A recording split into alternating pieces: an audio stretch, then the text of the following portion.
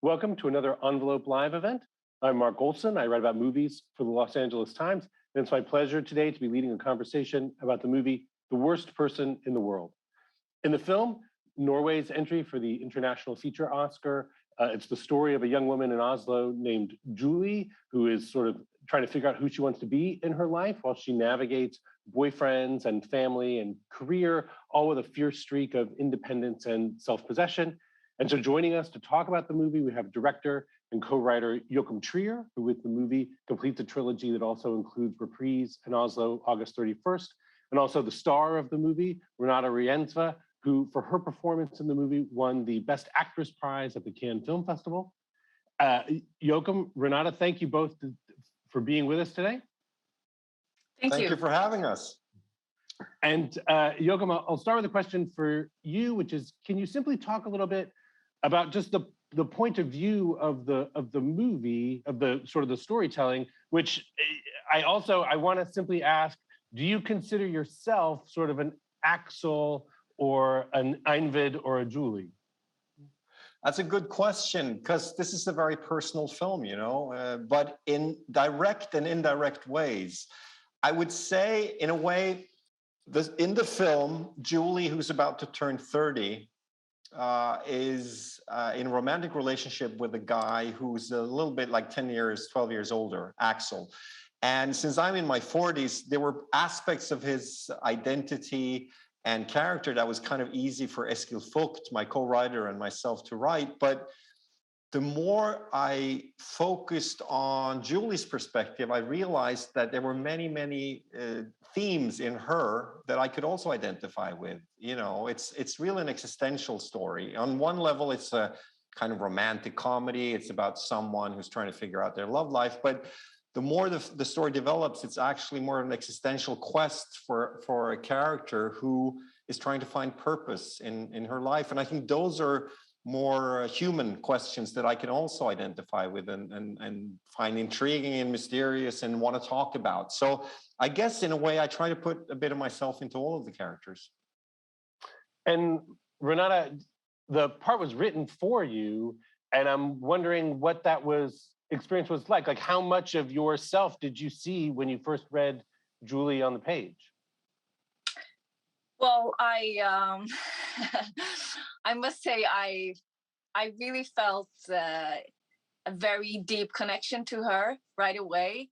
The first scene was when she snuck into the wedding, and she would not cheat, but see where the borders of cheating was, because she was feeling kind of sad and she didn't know how to handle it, and she doesn't want to be in her emotions, so she go and does something a little destructive. And I could relate to that, and just making her own fun. I think that it relates to many people living today, like having too many choices, having so much I don't know, we were presented with so much information all the time. And we can change our profession, we can change our education, at least a lot of people, not everyone, but and actually the thing is, if you limit your choices, it will get easier, but having too much choice, it's actually harder to be happy. So I think it's a lot there for many people, this character. And Joachim, can you talk a little bit about why Renate? Like, what was it about her as a person and a performer that made you want to write this part for her? Yeah, many things. To give you a little bit of context, Renate played a part with only one line of dialogue. So I guess we'll be honest and call it a small part, even though I don't like to describe it that way, in Oslo, August 31st. In that film, as always, we're shooting on 35. We were in the new film as well. And I'm always very concerned with, getting the light right. So we did a transitional morning light situation that we had to shoot over a series of 4 or 5 days and also have a bit of a nighttime. And suddenly I was on set with Renate in her first role ever, 10 years ago in Oslo, August 31st, for many days. And I realized that she was very, very good and very, you know, sometimes it's hard to play the background characters because you need to be consistent, because when the people in front kind of nail it, you better be good, you know, so you don't mess it up. So she had this kind of confidence about her. So I thought, okay, here we go. She's going to be a big star. 10 years passed. Renate did great work, especially in theater, but no one gave her a lead part in the film. I remember inviting her back into for auditions for other projects, and she was always great, but I didn't quite find the right role, the right fit, you know. So I decided, hey, you know, let's write her a film. And she is extremely funny, but she also has this great capacity to be vulnerable and open and risk-taking, which I really admire in actors who have that ability to really take a chance. And I found it was an interesting thing because I had her in mind for the film, and I had made a film a few years earlier with Isabelle Huppert, who I think is also a fantastic actor. And she came to Oslo, and she had gone to a stage play that Robert Wilson had directed. And I met Isabelle, and she was like, "Oh my God, did you see the girl in the purple dress?" And I was like, that is Renate. She's going to be the star in my new film. And now that Isabelle has seen the film and loves both Renate and the film, it's like a full cycle, you know. It's so I think I made the right choice. I was very lucky to have a good hunch for once. So that was a good experience. But now, Renate, I've heard you say that before Joachim offered you this role, you were actually on the brink of quitting acting. Like you were thinking about leaving. Why was that? You know, when I did this one line in Joachim's film the first time, which was "Let's go to the party." It was just actually an amazing experience. I was there for 9 days because of the lighting, so I got to know everyone, and then it was just like a big group of friends doing something collectively together, making a movie, but having fun and going deep into some existential stuff. Even though I just wanted to go to the party, but. Then I went on to the next film, and the next film, like always small parts, but it was more, I guess, I was asked to be more contrived in a way, and I guess like was asked to do different things, and the characters were more two-dimensional and like a function for a plot, and I was very unhappy doing that, and I'd done a lot of theater, and it was just it's a lot of work physically, and you work all the time. You work in vacations, you work in Christmas every single day. So I needed like to do a big pause or stop, and also like after Isabelle Huppert said I was good, I could like resign, because that was like the biggest thing I've ever experienced. Yeah. But then I actually decided to quit the day before Joachim called me. So it's a very strange coincidence.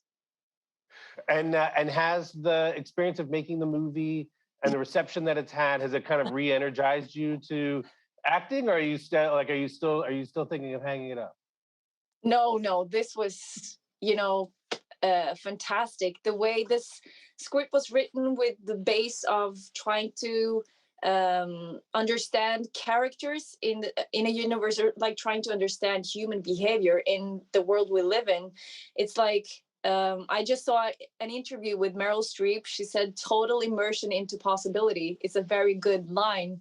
It feels like that if you have a really, really good script that Joachim and Eskil now wrote, it's you can go infinite into like all those themes and into those emotions, and try to figure that stuff out together. And that's really the best way to be an actress, or like that's the why I want to do it. So of course, if I can keep on doing that, I would love to continue. I would love to work with Joachim again.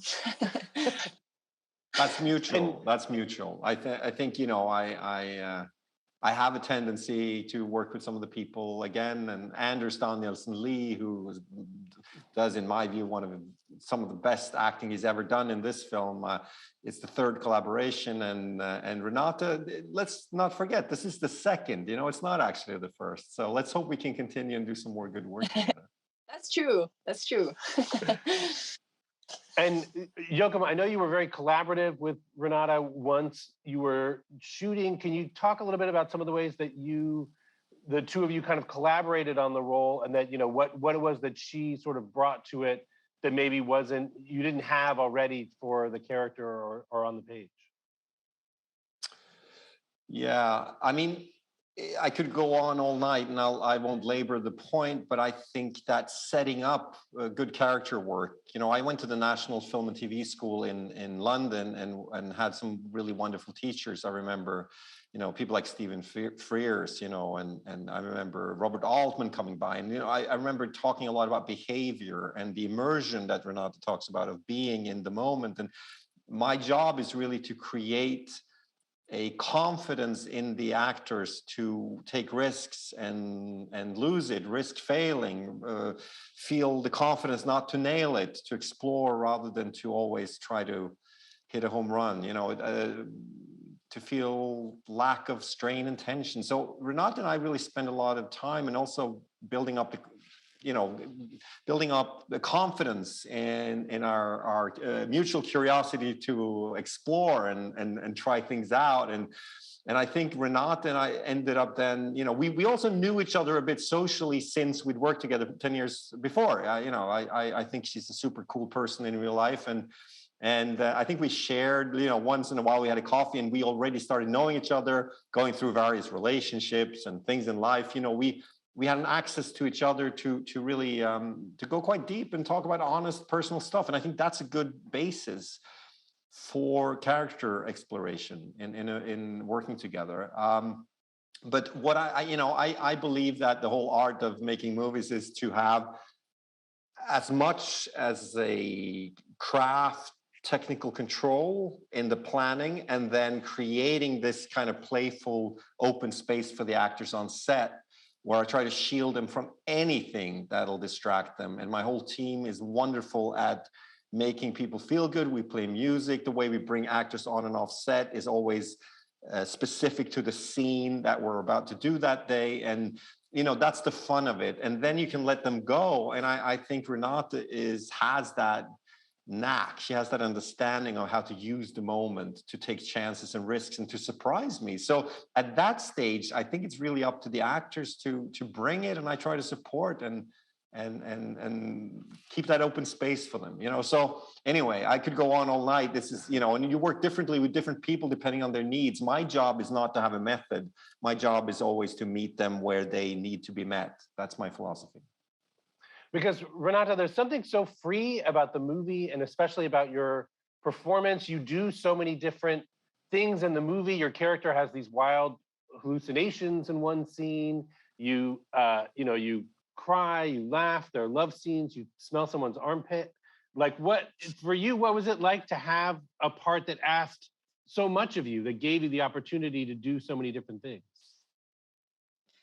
Well, like I was saying before too, it's like I feel freer in that, because you can actually go much further and explore much deeper into the character. So it's a freer space. Actually, I think it's harder to do characters that aren't this multi-dimensional, and they are very rare too.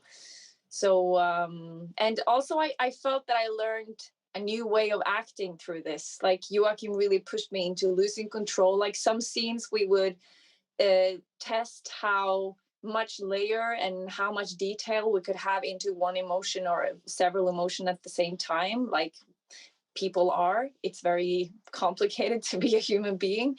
And then sometimes we would just not plan anything and just let go. And that was very scary and challenging, because what I've learned my whole life is really to be very have control over my emotions very much. And so this was something different. And yeah, I felt that I developed as an actress in this during this shoot, actually. And one scene that people will always talk about, I think, whenever they're writing about the movie or talking about the movie, is one where Julie flips a light switch and the whole city stops, and she has this moment to sort of run free through the city as everyone else is standing still. Joachim, can you talk a little bit about that scene and what, for you, what is that scene sort of about? I'm almost ashamed of describing how silly the first notion of that scene was. It was just really, if someone is with someone that they are living in a relationship with and they would wish to freeze time in the world so they could run off and try to be with someone else that they kind of fancy for a moment and test it out, you know? And then we realized in this story that would kind of fit as a formal idea because that's exactly what Julie is going through. And we would like, sometimes in movies, it's kind of fun to be literal and to let the audience engage. You know, it's the old Hitchcock notion that you will make people go along with you if they want to go there. You know, so in a way, I think the audience will identify with that sort of romantic notion in Julie. And that's our plan. And then, you know, and then suddenly all these other themes came into it that made sense in this story. The story is a lot about how time is not always on our side, how bad timing in relationships or in life can be devastating and tough and challenging. It's also about the realization existentially for the character Julie that time is weighing down on her, but she's also trying to avoid and get a sense that she can always escape the pressures and just avoid things, and she has all the choices and all the doors in her life are open eternally, and obviously that's not the case in any life. So where we are in the story, this scene is also about the romantic wish to just stop time. And it's not a metaphysical scene. It's more like a musical piece in the middle of the film. And the film have these kind of playful, formal things going on once in a while that I like. And in this scene, I wanted to feel warm and human. And we had people around Oslo trained to stand in certain positions as if they were frozen in time to avoid the sort of CGI slickness that could easily be the approach to a scene like this. You know, we're shooting on 35. I want the wind in the trees. I want it to breathe. I want it to feel natural and playful. You know, at the moment in movies, that's what I find fun to explore, is that chaotic, human, colorful, musical thing, because we're seeing so many kind of meticulous, precise movies at the moment. So this scene, you know, is about that. It's a romantic kind of centerpiece in the middle of the film. And Renate, what was it like for you to shoot that scene, simply to be running through the streets with all these other people that are frozen? What was that like? It was amazing, and it was very impressive. Like, the people were good, but then also we saw actually some, like, there were more people suddenly. Like, people had actually joined in to standing there. So I felt like the whole city were just like, because we blocked off maybe like half the city with some of these scenes. So some people were very annoyed, and some people joined in. And then Joachim, you know, you've talked about this movie as part of a trilogy with your earlier films, Reprise and also August 31st. And I'm wondering if you could talk a little bit about what to you the connection is between the three films, and especially now that you've been making movies about youth for about 15 years or so. Like, how has your perspective changed? Like, what do you think you're bringing to the movie now, you know, to this movie from the perspective of who you are now versus who you were when you were younger making these kind of movies? Yeah, well, thank you, Mark. Those are two big questions. I'll try to answer them. One is the trilogy question, I guess. It's something that wasn't a plan. It's something that came up when Anders Danielson, who plays Axel in the film, when he read it, he was like, man, I made Reprise and also August 31st with you, and I see that there are some themes that are developing through these three films, existential notions, like how are we negotiating our place in self-acceptance in terms of ambition and in this case love, you know. And it's very much about the development of a city as well. It's subtly happening in the background, the documentation of Oslo growing during these 15 years that these three films have been made throughout. You know, with other films I made in between, it's kind of a return to that environment, I guess, of my earlier work. But it's also seeing Anders aging. And that leads me kind of to the second question, which is that Anders is now playing a character in his 40s. And we've seen him in Reprise be in his 20s, in Oslo August 31st in his 30s. And now him and I, he's a bit younger than me, but we're both in our 40s. And, you know, there's a sense of middle age commentary on the limitations of time, the disappearance of culture as physical objects, the changing perspectives, and the dialogue with the younger generation through the relationship of Anders playing Axel and Renate playing Julie. So I guess this is a report from me starting to become middle-aged and like still enjoying life, but realizing that, you know, time is perhaps more limited than I felt when I made my first movie. So I'm not going to say much more because it sounds kind of mopey and dark, but I also think there's an optimism to this film that is slightly different, perhaps, at least to Oslo, August 31st, which was quite a tragic film. I wanted to show hope and joy to a different degree, and maybe that's also something that I have more of in my life. I don't know. And Joachim, can you talk as well just about your collaboration with Anders Danielson Lee? He, the two of you have worked together, you know, a number of times now. I'm wondering what draws you back to him. He just recently won the Best Supporting Actor from the National Society of Film Critics for his role in the movie. What is it that draws you back to him? He's just incredibly brave and a great actor, and he does stuff that surprises me all the time.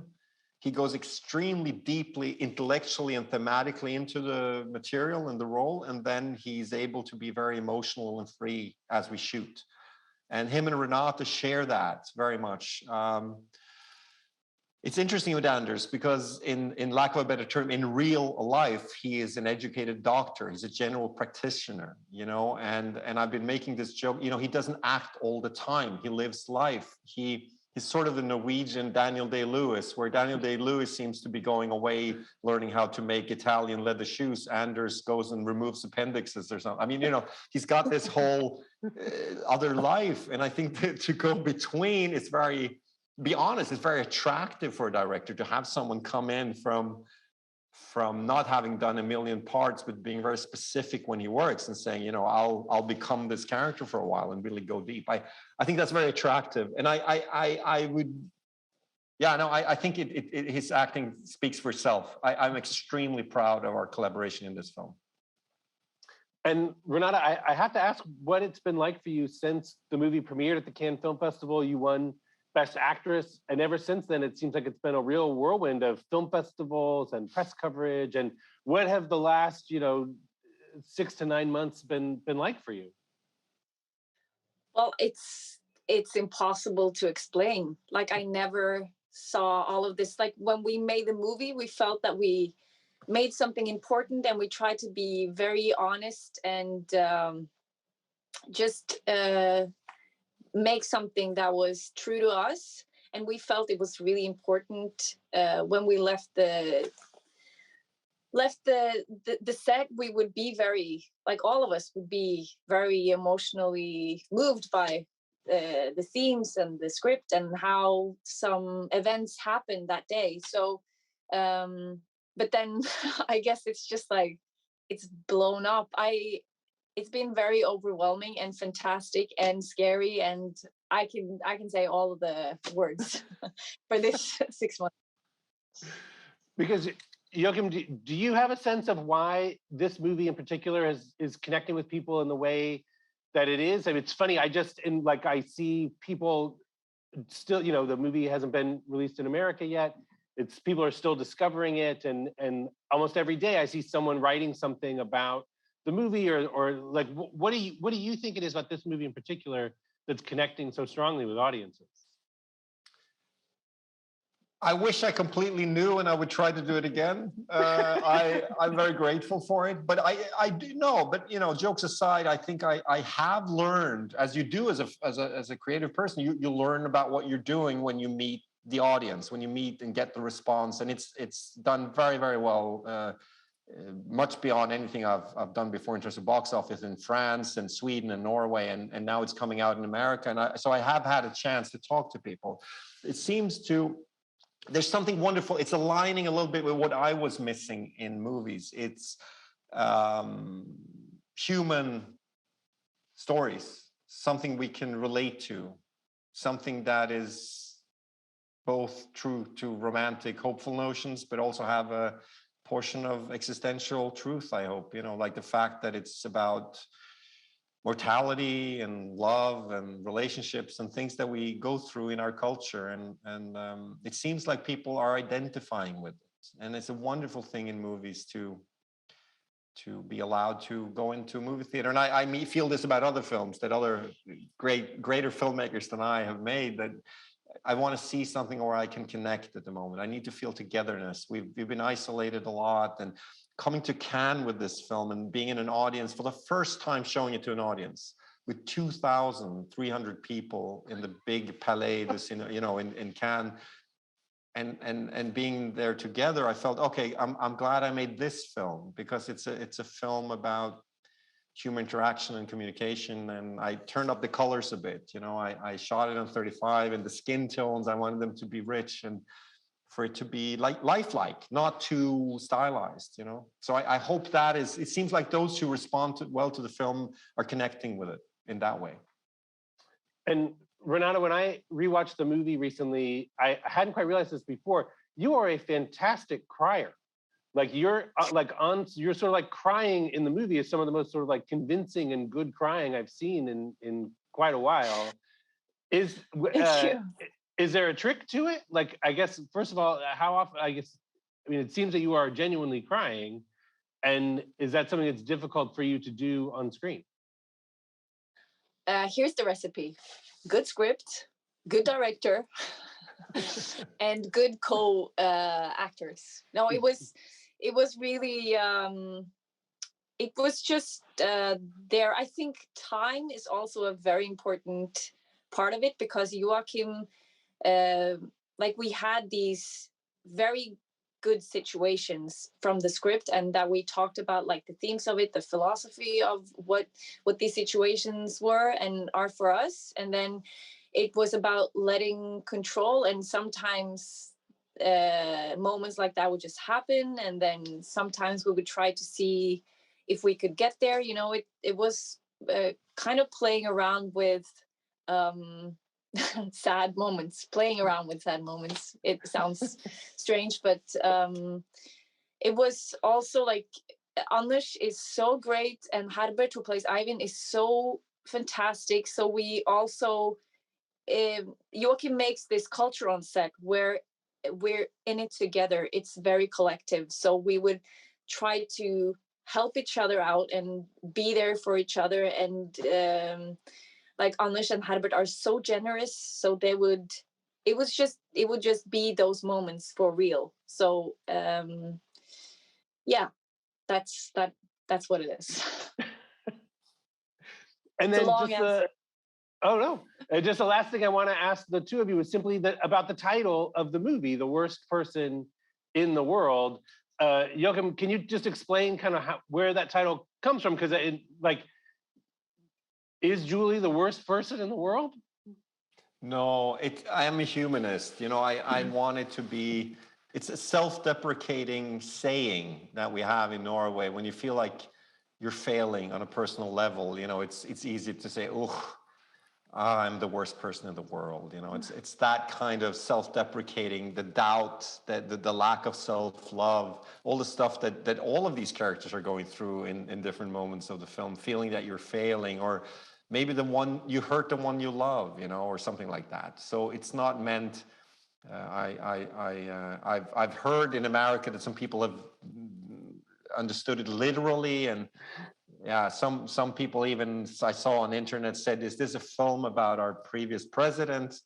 No fun, I don't know. I don't know. Like someone's thinking it's a political title or a judgmental title, and no, it's and I'm not judging Julie. I love that character, and her mistakes could have been my mistakes. So it's more about that sort of self-deprecating feeling of being a failure. Don't you agree, Renate? Like what? Yeah. Absolutely. Yeah, Renate, what does the title come to mean to you? No, it's exactly that. Like we all, like, this is a modern love story, and if you go into love, you go in with your charm and your best self and everything that's good, but you also get the shame and the insecurity of being who you are. And I guess sadness, it will be sadness, of course, in love. So you have all these things, and then I guess that's just feeling like the worst person in the world. Is you can do that in even the best situations, like falling in love. And yeah, so it's there. And with that, we're going to wrap up our conversation. Joachim Trier, Renate Reinsve, thank you so much for joining us today. Thanks Thank for you having us. for having